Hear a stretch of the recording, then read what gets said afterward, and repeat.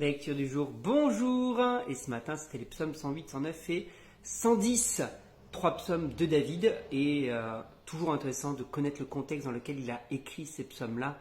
Et comme on le lit en ce moment dans Samuel et dans Chronique, on voit que ce n'est pas une période de vie facile pour David. Et c'est ça que j'aime.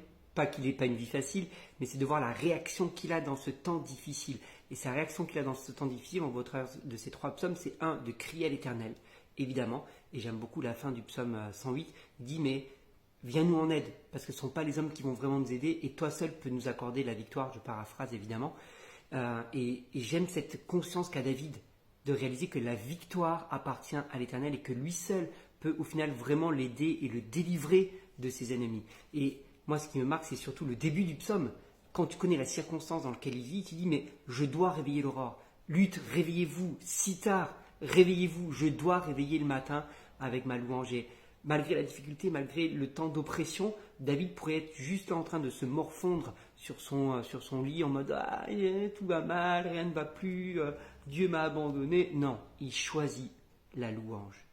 Dans les temps difficiles, dans les temps de persécution, dans les temps où il est attaqué, il choisit la louange. Et ça, c'est une clé pour ta vie aussi, même quand c'est difficile, même quand il semble que tout va mal, choisis malgré tout la louange, choisis de te lever le matin, de réveiller l'aurore par la louange, par l'adoration, par le temps que tu as passé dans la présence de Dieu. Il avait compris que l'Éternel, lui seul, pouvait l'aider et donc du coup, il devait commencer ses journées dans la présence de son Dieu. Ça, c'est une clé merveilleuse. Psaume 109, c'est un cri à l'Éternel et on voit que vraiment, non seulement il rapporte les propos, il dit voilà, regarde tout ce que disent mes ennemis, ils ont dit ça,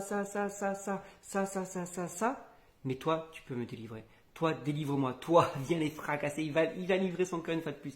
Et le psaume 110 est un psaume prophétique qui nous parle carrément de Jésus. On voit bien que Jésus va se réapproprier certains de ses psaumes dans les évangiles. Et donc là, David est clairement inspiré par l'Éternel pour écrire ce psaume-là, puisqu'il est en train de prophétiser sur le Messie lui-même.